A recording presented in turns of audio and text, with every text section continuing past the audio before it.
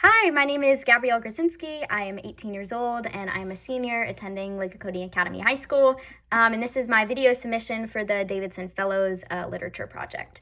So for a brief overview, I found out from the fellow scholarship from my mom and my English teacher, Mrs. St. John, who I've mentioned previously in my application.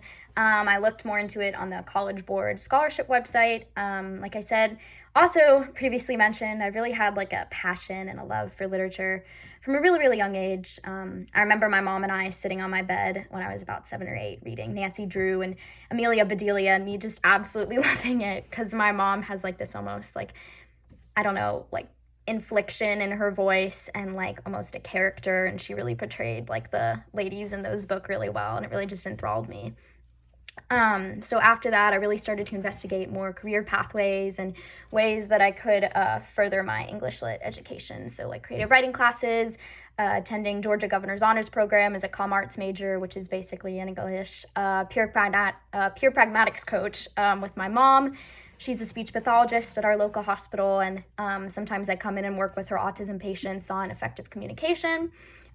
Theater, one act, musical theater, dance.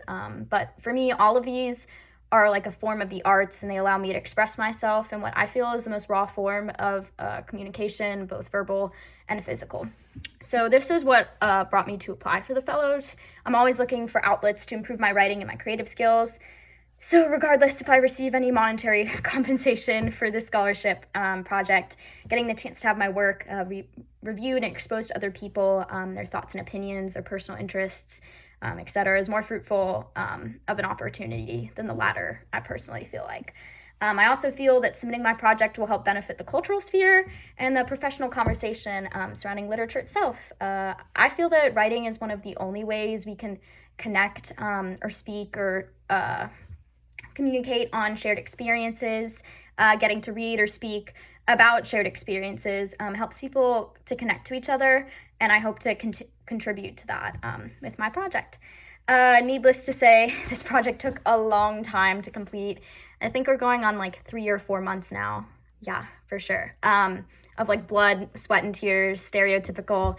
But having to balance this project on top of my already like rigorous academic and extracurricular schedule has been a task, but I'm really glad to say I'm nearing the finish line, and that is one of the best feelings in the entire world, just having that weight lifted off of you, leaving more room for more opportunities and time to explore myself and my writing. So continuing with what I previously mentioned, I became interested in the fellow scholarship after doing some basic research. My first inclination was to look for like a literature writing category when I was investigating the fellows, and I was of course ecstatic to find out that they had one. However, as it is with most activities, I didn't realize how much work it was going to be. It almost gave me GHP flashbacks. I remember junior year, fall semester, the amount of writing, typing, audio responses, video responses. Worst of all, the waiting to hear back from the judge panel to see if I'd gotten in. But all of these encompass both my GHP experience in applying and my fellows application process. Which I thought was really cool to see the parallels and how things kind of work out later in life. But nonetheless, I really feel that the most rewarding feeling for me is just sitting back when you finally finished everything. It's the most refreshing and rejuvenating thing in the entire world for me. So I know I briefly touched on this at the beginning, but I wanted to harp on it again. As a writer, I earnestly feel that writing connects us together as people. We can read and talk about all sorts of like familiar or unfamiliar things. And find connections through these sorts of topics. So with that being said, I really wanted to discuss some specific pieces in my portfolio that have more of a specific meaning that I hope my audience will be able to relate to or use in the modern sphere professional conversation around literature. So the first one I have is a poem I wrote. It's called 3 Little Words. It was actually a part of my GHP application last year. So for a little background, my mom has always loved the Renoir painting, Girls at the Piano, which is what the piece is inspired by.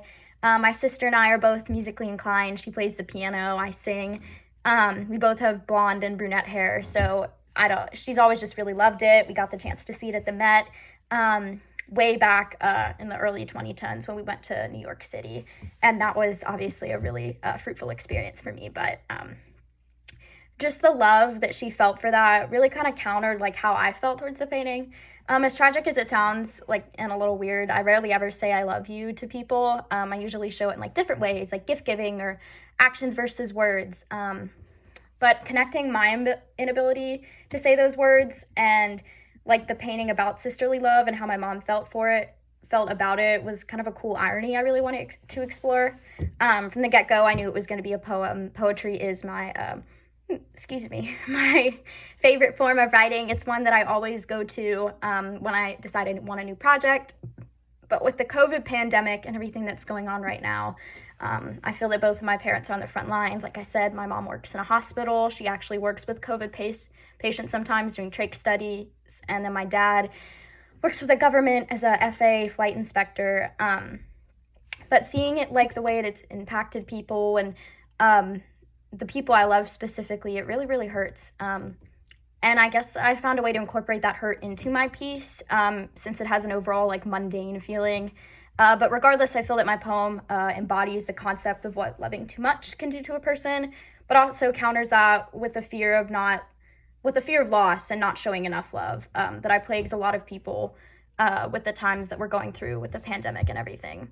So my next one is my anxiety narrative. It's called Not Perfect, But Persevering. This one really hits home for me personally. Well, obviously, since it's my own personal experience. I briefly touched on my OCD in my process essay and the full story of my own personal anxiety journey and the narrative itself, which you'll find in my portfolio. But it's really been difficult to voice my own personal struggles with generalized anxiety disorder. And a lot of people tend to use it as an excuse for college applications or like standardized tests. But for some people, it is real and it is really debilitating. For me, at least, that feeling you get when you're just sitting there taking an SAT or an ACT exam, like the sweat dripping down your forehead, not being able to write, think, speak, like focus, any of that, like your whole mouth and your mind goes dry. And that feeling shouldn't have to happen for people, especially when they have so much more potential than what can appear on a Scantron. Sorry for that tangent, but I really wanted to portray in this piece that there is help for those who ask for it and those who are willing to seek it out. And I really hope all who read it are able to relate and break down the stigma surrounding generalized anxiety disorder. So last is my professional discourse paper for my AP research class. I chose the topic British Victorian female authors and how their personal literature influenced the socio-cultural sphere in the Victorian era, specifically how gender verbiage in their literature influenced the socio-cultural sphere. I'm honestly most proud of this solely because of all the blood, sweat, and tears that have gone into it. Like I said, this is my PDP for my AP research course this year. Unfortunately, I wasn't able to include the entire paper in my project, mostly because it's not done yet, but I have the rest of the semester to finish on that. But regardless, this is a little snippet of my paper that I'm really proud to present. This, out of all of my pieces, I feel will specifically add to the professional conversation around literature and gender empowerment for female authors. Nonetheless, I hope the information and data I've gathered will be able to reach new audiences and help them learn more about this topic, which I think is really important. It combines both history and literature, two disciplines I'm really passionate about, and I hope other people are passionate about too. So lastly, in terms of applying my writing and literature skills to the real world, obviously I hope to pursue it in college. Right now I'm considering a few different career pathways. For one, just thinking about basic English lit degree. That way I can segue into law studies if that's what I choose. Maybe even like a professor of English lit at a college somewhere. Really love to attend Georgetown or Columbia to pursue an international studies or relations degree. My dream job is to work for the UN as an international attorney. Maybe one day, I can always dream. The other pathway I'm considering is broadcast journalism. Journalism really isn't my favorite style of writing, but I feel like it would be a good combination of my strengths, acting and speaking, and writing. So if I attend UGA, which I recently got into, their journalism program is like next level. Mostly because of the fact that graduates are guaranteed an internship at CNN after college. But either way, I really think I'll be able to play to my strengths and will be assured with whatever career I choose. But regardless, writing brings me peace and comfort. In any case of what career path I choose, if it's writing heavy or not, I'll always keep writing with me for the rest of my life because it's what brings me the most joy. Thank you so much for the opportunity.